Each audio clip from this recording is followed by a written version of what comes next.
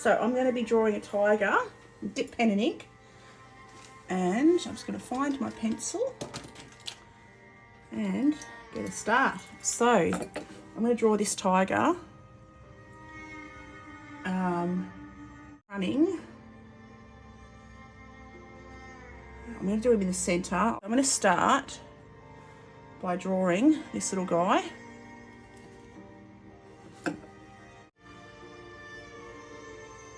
Now his head, his forehead is the same length as his nose, so I just do them about the same length, like that.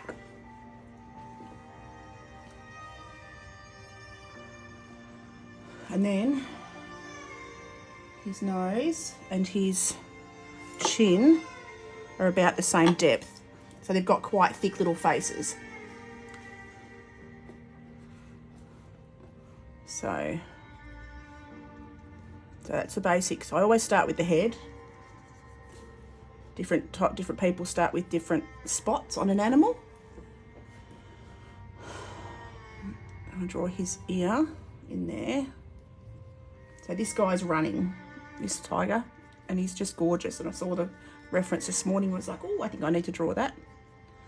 So, as his shoulders are up here, like that. Now, his body is 1, 2, 3 times his head. So 1, 2, 3. So his body will end about there. And then he's got his tail. So, and their bodies are very flexible. They've got rounded backs. He's sort of sitting on his haunches to run. He's got his furry bit there goes around his ear.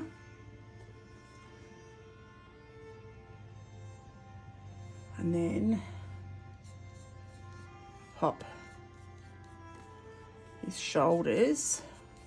He's got quite strong shoulders. His legs come back behind his shoulder blade there, or his elbow does. And then his leg, the top of his leg, the forearm, is the same length as his head. And the lower part of his leg is about half of that. So I'll draw that in. So then that's that, and then I go about half of that, so that's about there is his lower part of his leg. They've got quite short bits of, where their knees to their feet is quite tight and short. Okay, so draw that one like that. Then I'll draw this other leg is down a little bit. I'll draw his chest coming down there. I've got to make sure his chest isn't too deep. So his head, I've done it a bit too deep, so I've got to come back a bit. I can erase as I go. Anything I'm not happy with. I'll draw this other leg down a bit lower, like that. So I'm not exactly following the reference. I am changing it up a little bit. Okay. And I've got to get more of an arch on his back too, like that. So readjust as you need to. I'm going to draw his legs are sort of, he's got a flattish bottom, comes out there like that.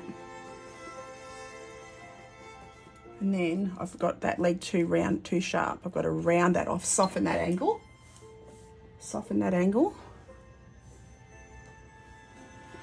Like that. Now, again, the top of his leg is the same length as the top of that leg, and his hock to his feet, the back legs have got longer, the back legs have got a longer joint between the foot and the knee. So you always measure against something else on the body, just makes life so much easier. I'm going to draw his tail. I might give it a kink because it's not going to fit on the page up. Otherwise, I'll pop his tail up like that. Like that. Now his tail is 1, 2, 3. His tail is 2 and a bit. 1. So his head's there. 1, 2 and a bit. So I'll just do it up there like that. And there's his tail. All right, so I'm quite happy with that. I'm going to pop the other leg. Again, using my own, I'm just changing the position of the leg a bit because I just felt like it. Do I want it there? Or do I want it in? I want it in, actually. I'm going to change it to in. So I'm going to grab my eraser. Actually, before I do that, I'm going to pop it in like that. So it looks like he's sort of leaping forward. And I can erase that back leg. Like that. Like that. There we go. So that's him moving, and I'm going to draw him on grass. I'm just going to draw all this background in. I'm not going to, I'm not going to worry too much. I'll draw just grass in the background and trees, do a few trees just for a bit of interest. Keep it so it's not just a flat drawing. Draw a branch up there like that. Just keeps it fun. And it's in a forest, so there's some trees in the foreground, some trees not so close. There's some together like that. I'll draw another split branch there like that. And I can add details, like add more grass off into the distance if I want to, or just shrubs. I can just draw those in like scribbles to fill in that background like that. Okay, like that. There we go. So now I'm going to start to draw. I'll just mark in his eyes and that. I'll ink in his stripes. I'll just ink those in. Now he's got his mouth like that. There we go. So I'm going to get my ink ready. So I'm just going to use black ink. Got my black ink at the ready over here. Grab my bit of cloth in a minute. All right. Pop my ink in my palette. Got a little bit of water on my palette. I washed it this morning, so it's a little bit of moisture in my palette. I'm just going to get a bit more light closer to my picture. So I'm now going to start by drawing this little guy. And I can add sort of whiskery little rough lines. I don't want him to be completely flat. So draw his little nose. So now I'm basically just going over my original lines, my original pencil lines. I was quite happy with the original sketch as it was. So I don't need to change anything too much. I'm not going to have the prey that he's chasing. I'm just going to have him chasing. It's whatever he's hunting is off in the distance, and it escapes and lives happily ever after because we like a happy ending. Okay, and then I'm going to draw his little eye. The only bit of colour I might add will be a bit of ink pen into the iris of the eye. Just because, why not? And I love all kinds of ink.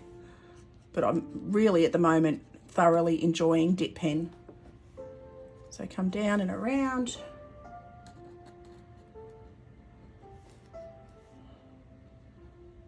Pop his markings on there. The fun part's going to be drawing the stripes. It's like zebras. They're just as relaxing to draw as a zebra. I love drawing zebras. It's like doing a, what's the word? What do they call those spiral drawings that, forgot what they're called. I'm going to lower his shoulders a little bit. It'll come to me. The name of those drawings will come to me. And I'm going to raise his chest up a bit so he's not quite so thick through the middle. And I'm going to drop that elbow back a bit more. So you can see I can adjust and readjust. I'll make that be a bit rounder and a bit bigger. Like that. Always love drawing big cats. They're lots of fun. And then come down and around here. I'll draw this other leg underneath. Actually, I didn't draw his paw, did I? I better draw his paw. So we've got 1, 2, 3 that I can see. There'll be one off on the other side, but I can't see that one, so I'm not going to draw it. If I can't see it, I'm not drawing it. because your mind wants to correct things. You're constantly wanting to add things in. If you're like, oh, that should be there. It's like, no, trust the reference in that respect. I'll draw a rough coat on his belly. And then his body's sort of curled because he's got his sort of butt tucked under a little bit because he's pushing forward. So you've got to have that sort of forward momentum feeling in the drawing. You sort of try and catch a movement. That's the fun bit, is trying to catch a movement. I used to draw everything just standing. You know, it was like animals grazing or animals just standing, but it is so much more fun to try and draw something with momentum, with movement.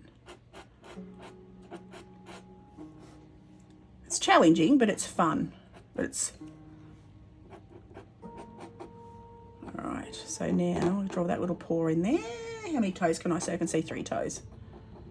I've changed his body position from the reference because I wanted to have his legs in different positions and things, but I wanted to catch the general movement. I'm going to change that leg a little bit to a bit more of a curled up. So he looks like he's going a bit faster, like that. There we go, so he looks like he's sort of galloping along. And then draw that tail up there and curled, because otherwise it wasn't going to fit in. You can do these things to adapt. Got to keep an eye on my watch. Cool, got tons of time. So I can really enjoy doing this drawing. So now I'm not as limited. I've got a couple of hours so I can take my time. So I'm just going to draw in the basic background and let the top. Oh, I smudged me tiger. It doesn't matter. You know what? I'll stick a bush around there so you won't even see that smudge. I'll just pop a shrub in and that'll become part of the background. So you can always adjust. If you make a mistake, you can always add a bit of something else over the top where you've made the error, like I just did with that smudge on his tail, because of course I rested my hand straight in it because that's what I do. And then, because this takes a little bit to dry, takes a little bit of time, like probably 5 or so minutes to dry. Excuse my dogs barking at the kangaroos out the back. So I'll just chuck these shrubs in the middle.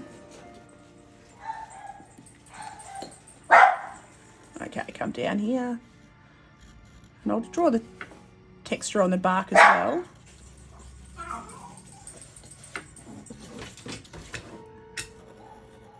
Come down here. Give that tree a bit of a V. Like that. So those trees are in behind him in the background. And you see what my problem is here? I should have started on the left and worked my way back. But no, I started on the wrong side because then I'm working back into my wet ink. But that's okay. I'll just be careful from now on. Be a bit more careful. Pop some more shrubbery in the background and blend that in. I can take that one up around his tail because he'll have stripes on his tail anyway, so it's not going to matter. So you won't even notice that at the end. I've just got to remember to wash that off before I go to work, because otherwise I'm going to go to work covered in ink. Okay. Squiggle in there. Because they live in quite forested areas, like Sumatra and places like that. Okay, and I'm just doing squiggles. All the bushes are is squiggles, like rough, every direction, circles. All background scrubs are. Now, I've got 2 trees together there, so I'll just pop in little squiggles in the middle of those. Bit of a branch there. And I particularly like drawing with dip pen because your lines are not universal. You can do thick lines, thin lines, little squiggly marks. I find that when I draw with any other kind of pen, I end up with just universal lines. And it's quite bland, unless you're super talented with it, which I'm not with standard pen. I love drawing with them, but there are lots of great artists out there that can make them look more soft and less universal, less just flat. But these you get thicker and thinner lines naturally because of the way how the nib works. Okay, so I'm quite happy with those now. I'm going to let all that dry and I'm going to start. I'm just going to draw the texture on the bark, on the trees. And I'm just going to just do soft, using the very tip of my pen, soft lines. Because my hands are a little bit wobbly, which also helps to give the texture of the bark, which is fine, like that. I've got an itchy head right under my earphones. So, and I'll add shadows in at the end. I've got to figure out where the light's coming from. I haven't decided yet. I might make the light coming from behind, so the back of these trees will be in shadow and the underneath of this tiger will be in shadow. So you'll have darker lines on the underneath. So it's always another good idea to pick a direction of light source so that everything has highlights in the right spots, not just generally all over the place.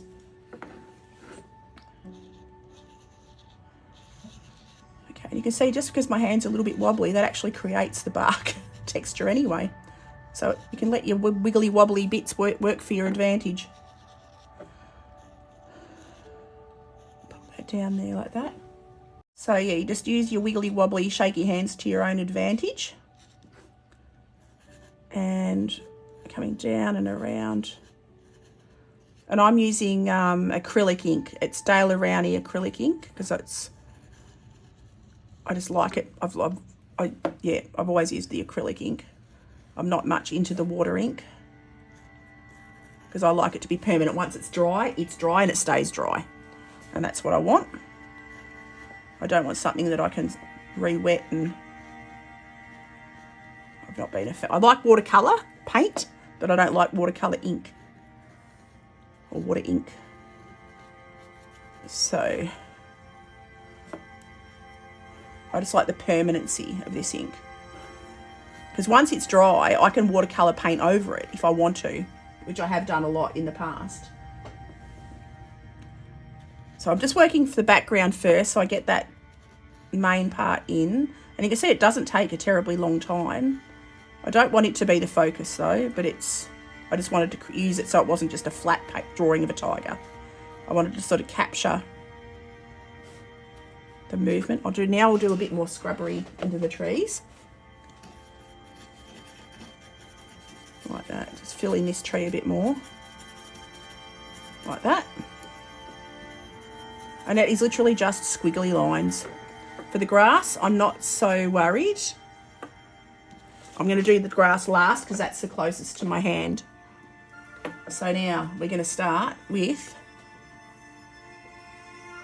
the stripes on the tiger. And I'm just going to fill in. I could use a brush, but I'm just going to use the pen because it's not a big artwork.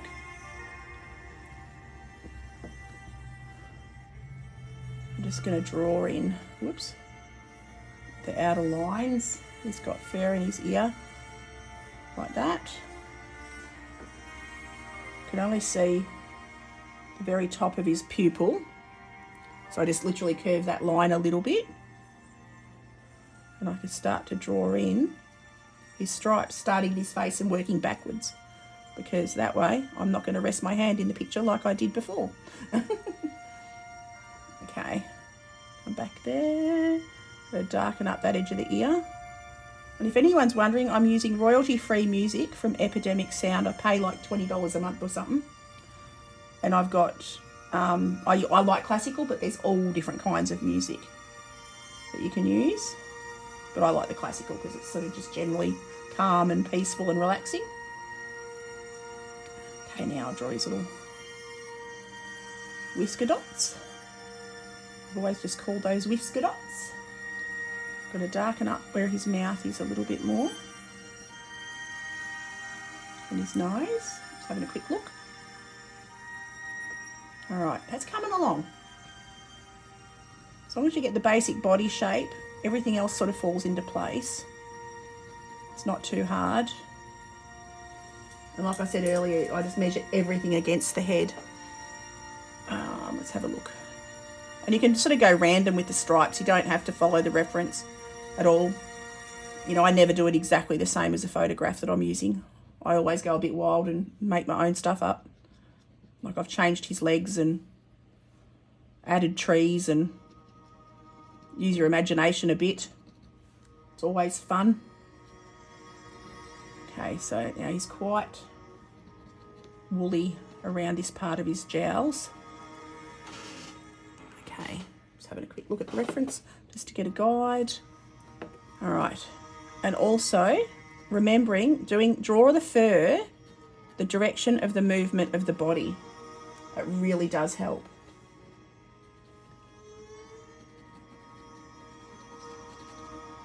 So come down and around here like that. Now I'm just trying to see where he's got stripes, and this helps to give him direction of the way his fur's traveling and gives him movement. And I'm just doing squiggly lines,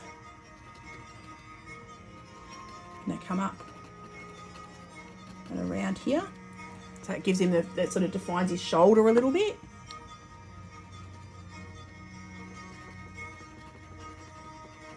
Through under here.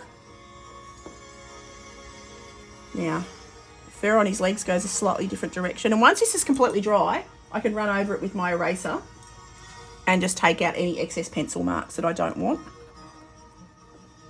And I will add shadows at the end as well. Now, I can see muscles. He's got beautiful muscles on his legs. I'm going to draw those in because muscles are fun. He's got a big muscle there. He's got sinews and tendons around his knee there. I can darken up under his paw.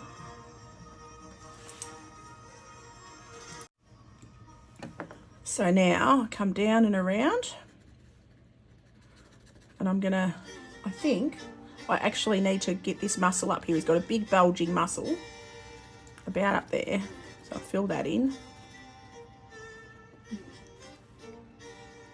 And I'll pop a bit of shadow under this elbow to help give it definition. Which is just straight lines, just lots of straight lines close together. All right, happy with that. And then come up and around the back of his shoulder and continue on with his body stripes. And again, following the direction and the curvature of his body. So it's not just flat, because his body would be bowing, his ribs would be out because they'd be expanded because he's running and he's sort of compressed, his body's compressed, so his ribs would expand. So the whole time I'm drawing, I'm thinking of what you would see. I've spent a lot of time observing animals. It's always helpful. I spend a lot of time, I mean, we're on a farm, we've got lots of wild animals around us as well.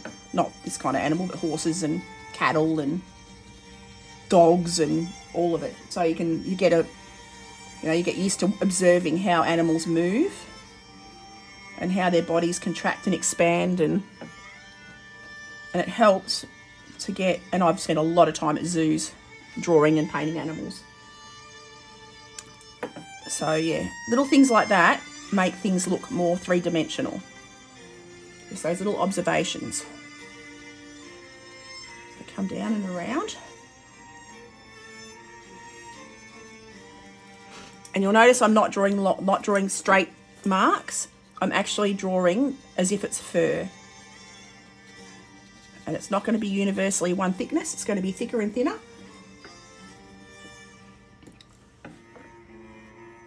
Again, sort of his ribs will be out, so I'm giving it a slightly U shape, a slight curve to his stripe.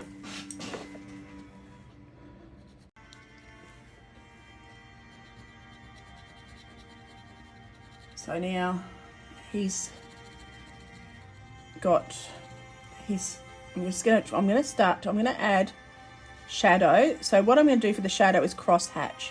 So it varies from the actual fur, so it doesn't look like a stripe. I want the shadow itself on the animal to be a different motion, still going in the direction of the fur, but a different motion to the actual fur lines. Now the fur on his back legs, the stripes on his back legs go a slightly different direction because his bottom is tucked under.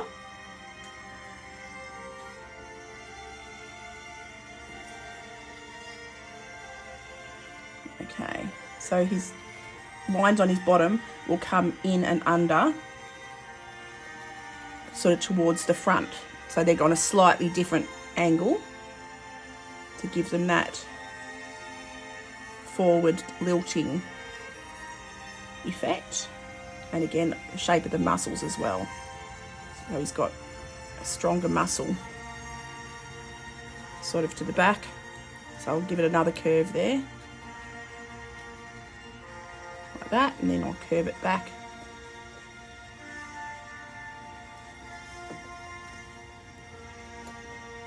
And I'm having another look, and then I'll take it from the top of his back there. And back down and around. I can thicken those up a little bit. You can see I get quite a bit of ink in my nib. It holds quite a lot of ink. So, now has he got, I've got my coffees in the way, I've got to see where his stripes are. He's got stripes on his legs. Again, I'll do zigzaggies. Don't want them to be flat. Now, I'm going to draw these hatching for the shadow on the bottom of this back leg. Not quite so universal. And then keep it going in the direction it's going. I can slightly vary the angle to darken that up. Come down, and I'm just going to use little squiggles into his toes just to soften up those toes, because I don't want harsh, hard lines. And then get my coffee out the way, have another sip of it. And he's got his knee joint there, so I'm just going to fill in that knee joint.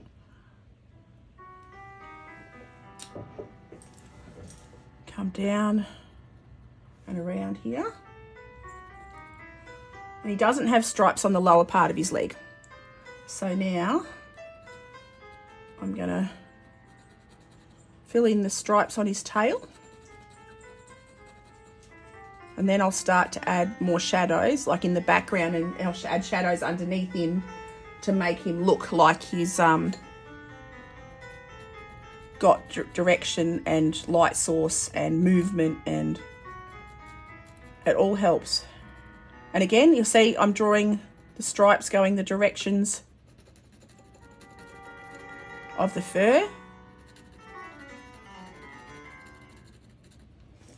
So they get closer together at the end. They do. They get closer together at the end. And then he's got a dark tip on the tail. So I draw that in.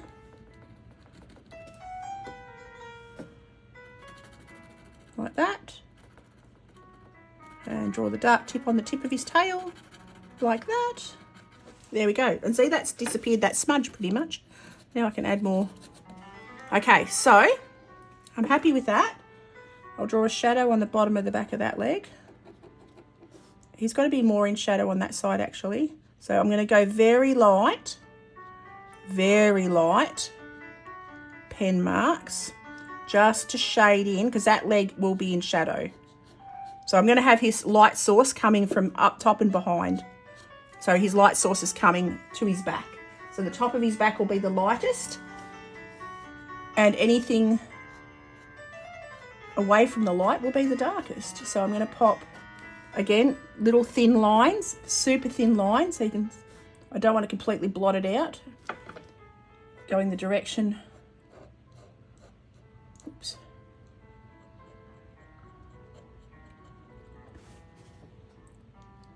Originally like the length of the leg, and then I'm going to go on a slight angle to the fore, like that. So that just darkens that leg up. Add some more soup. I've got to clean my nib a little bit. The ink's starting to dry on the nib a little bit. So just very lightly, if And you've got to just get a little bit of ink. If you get too much ink, you'll end up with a bit of a mess. So having another look. And I'm going to add light lines, super light lines in the direction of the fur, because this will all be in shadow underneath. I don't want them as dark as his stripes.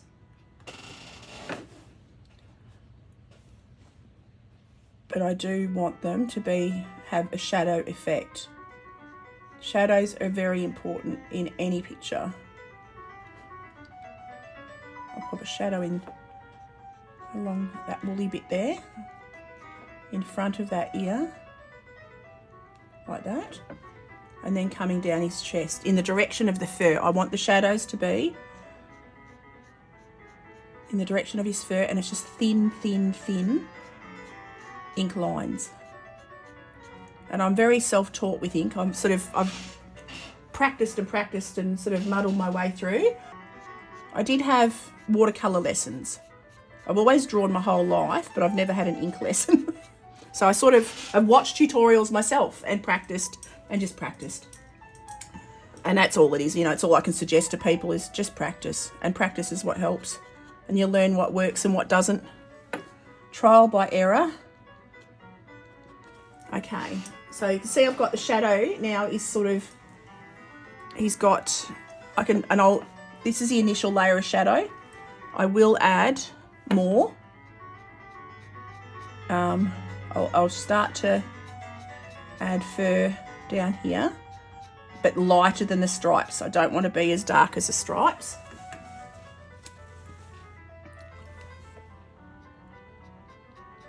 Again, come down and around. Whoops, got a bit of a thick one there. There we go. And then just on the underside of this, the front of this leg, in his sort of tummy area. And I'm also going to add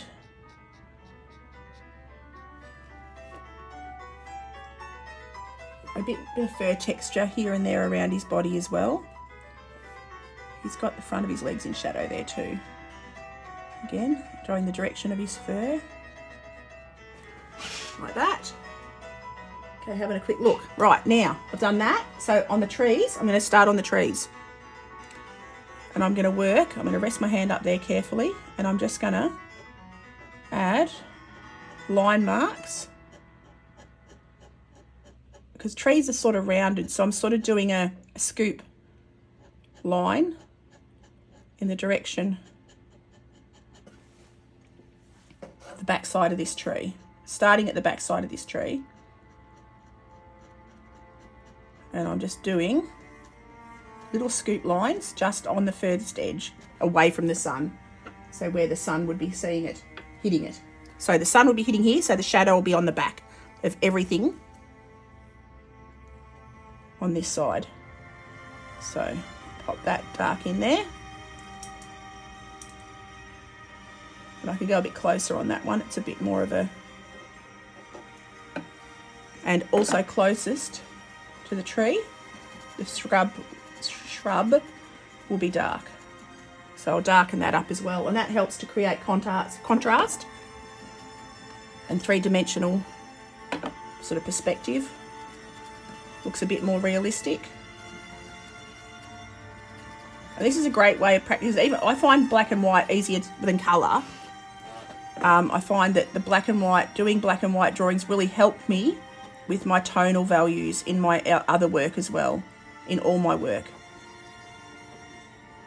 Yeah, the black and white has helped me with my tonal values.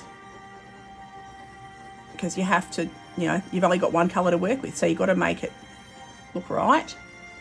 And you see I've gone with this shadow, I've gone super dark. I need to darken up that other shadow, it's a bit wishy-washy. But that's all right, and I'll darken up that shrub in between those trees there, like that. Okay. And I'm actually going to go back and darken up that shadow a little bit more on that tree. When you think you've gone dark enough, go darker. And then I'll have the shadows coming off the bottom of the trees as well, and under the tiger, which I can actually probably draw in now. So I'll draw just lots of grass under him, but I'll just make the grass under him thicker So it gives the effect of being darker.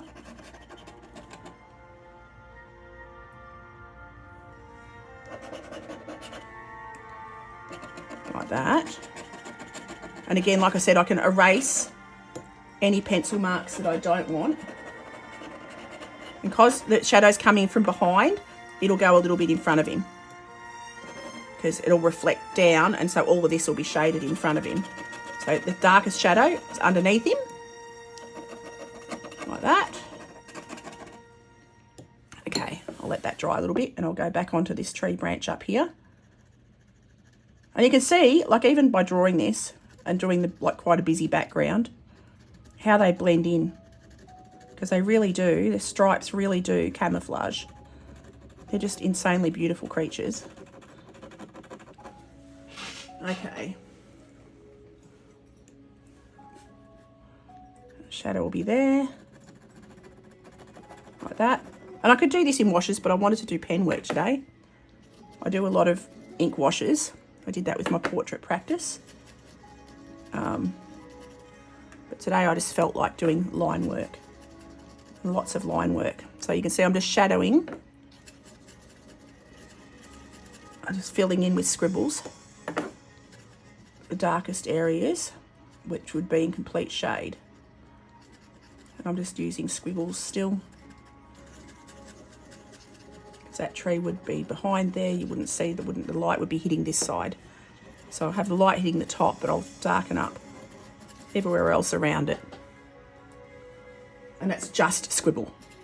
It is just circle scribble.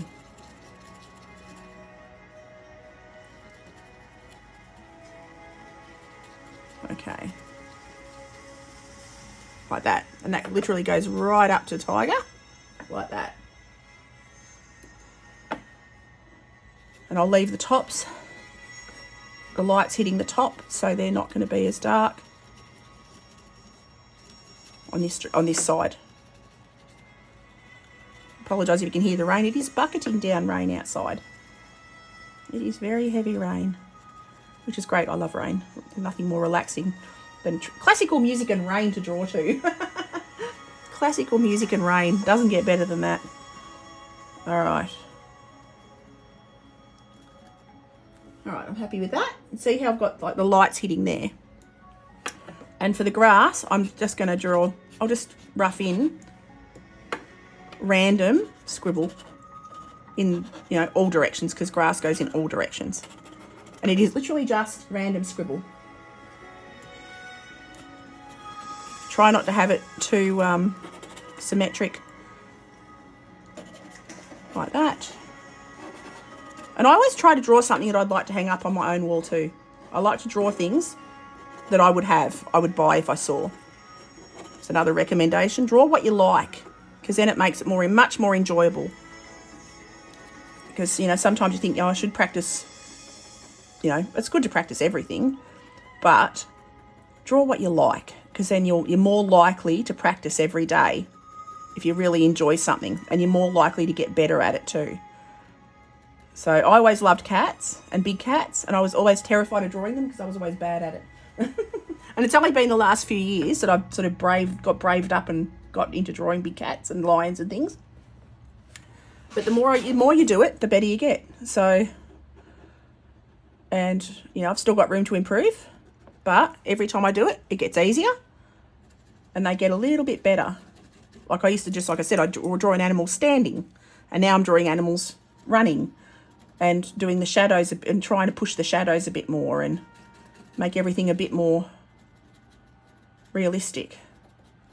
Not so just portrait. I want like a scene. I love scenes. I've always loved scenes.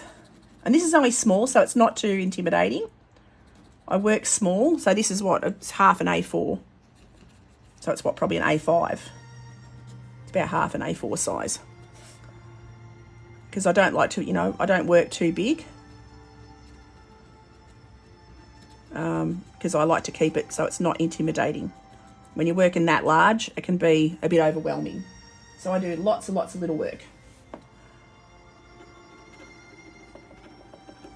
And come down here and I'll shade in this bit. Shade in that side. There we go. All right. So that's starting to look right. I'll scribble in, I'll shadow in the bottom of this tree under here. Actually, I'm going to add some more scrub on top there so I can darken up the underneath of this and not have it look too heavy. Need a bit more soft tree up there, like that.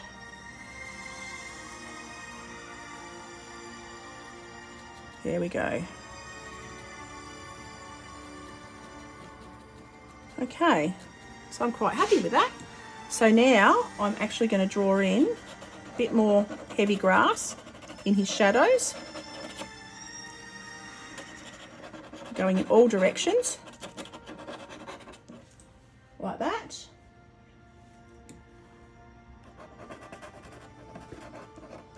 I've got to draw a bit more hatching on his toe there, that's in shadow.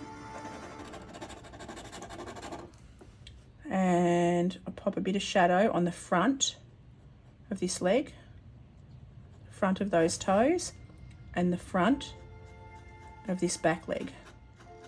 I just need to shadow up there a little bit, and under his tail. Can't forget the shadow under his tail.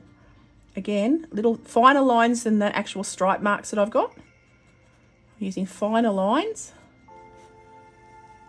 but all the way up his tail underneath to help give that dimension, like that. There we go. So I'm quite happy with that.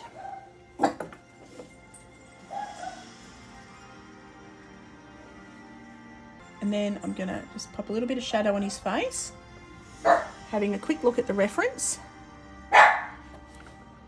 I'll have a little bit of thicker grass coming out behind his foot, just over here.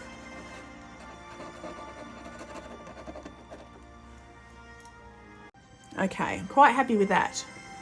Now I'm having a quick look to see if there's anything else I can add to this picture, and I don't know that there is. I think that's actually just about done. So what I'm going to do is I'm just going to grab an orange pen and ink, it's still ink, and I'm going to add a little bit of orange into his eye, just to give that pupil a bit of colour. And I reckon I am going to call that done. So I'm going to sign that.